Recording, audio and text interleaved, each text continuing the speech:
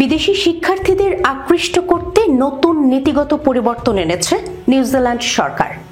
আগামী 2034 সালের মধ্যে আন্তর্জাতিক শিক্ষা খাতের আয় দ্বিগুণ করে 7.2 বিলিয়ন নিউজিল্যান্ড ডলারে উন্নীত করার লক্ষ্য ঘোষণা করা হয়েছে।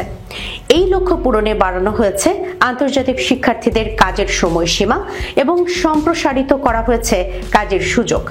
শিক্ষামন্ত্রী এরিকা স্টানফোর্ড জানিয়েছে, 2023 সাল থেকে বিদেশি শিক্ষার্থীদের ভর্তির সংখ্যা নিয়মিতভাবেই বাড়ছে। এই ধারা অব্যাহত রাখতে এবং আরও গতি দিতে সরকার বেশ কিছু গুরুত্বপূর্ণ পরিবর্তনের সিদ্ধান্ত নিয়েছে।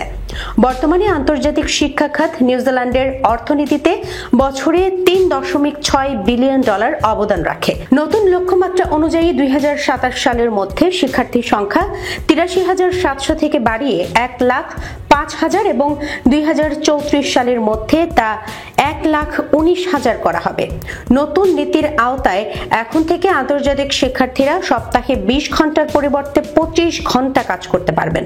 এছাড়াও অনুমোদিত এক্সচেঞ্জ বা স্টাডি অ্যাব্রোড প্রোগ্রামে অংশ নেওয়া সকল তৃতীয় স্তরের শিক্ষার্থীদের কাজের অনুমতি দেওয়া হবে। এই পদক্ষেপটি এমন এক সময় নেওয়া হলো যখন যুক্তরাষ্ট্র ও অস্ট্রেলিয়ার মতো বড় শিক্ষা গন্তব্যগুলো বিদেশি শিক্ষার্থীদের জন্য কঠোর নীতি গ্রহণ করছে।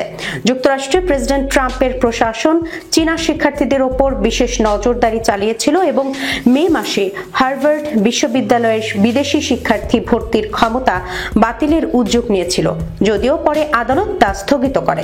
অন্যদিকে অস্ট্রেলিয়া 2025 সালের জন্য নতুন বিদেশি শিক্ষার্থীদের সংখ্যা 2,70,000-এ সীমাবদ্ধ করেছে, কারণ দেশটিতে আবাসন সংকট এবং পরিকাঠামোগত চাপ বেড়েছে। এই প্রেক্ষাপটে নিউজিল্যান্ডের এই উদার নীতি একটি প্রতিযোগিতামূলক সুবিধা তৈরি করবে বলে মনে করছেন বিশ্লেষকরা। দক্ষিণ এশিয়া, দক্ষিণ পূর্ব এশিয়া ও লাতিন আমেরিকার মতো অঞ্চলগুলোকে লক্ষ্য করে বিদেশি শিক্ষার্থীদের জন্য বিশেষ প্রচারণা চালানো হবে বলে জানিয়েছে কর্তৃপক্ষ। তবে বিশাল এই পরিকল্পনা বাস্তবায়নে কিছু চ্যালেঞ্জও রয়েছে।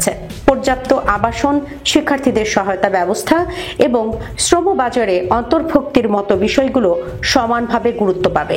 এর পাশাপাশি ডিজিটাল নোম্যাড এবং বিনিয়োগকারীদের জন্য ভিসা সংস্কারও অর্থনীতিকে আন্তর্জাতিকভাবে খোলা রাখার সরকারের সামগ্রিক কৌশলের অংশ।